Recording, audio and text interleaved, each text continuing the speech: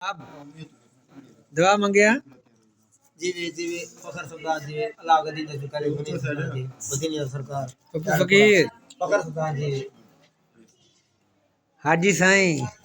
ये आए हाजी रमजान हाजी साईं हाजी साईं हाजी गुलाम मोहम्मद साईं जो पर्ची फखर साईं पहले तो की मुझे नहीं भैया पहले आके गया नहीं अगले साल बोल को जट्टा पे अपनी दुनिया खासी परमिशन कर दी थी पर मामू वो तो पप्पू बड़ा वैर ले थी हाजी ने तो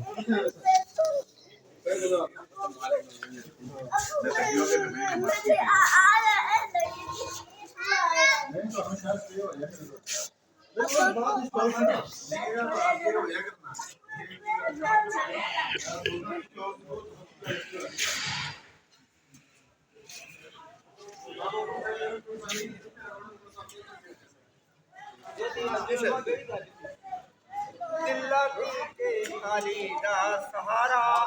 साईं मुनीब क्या के बच्चे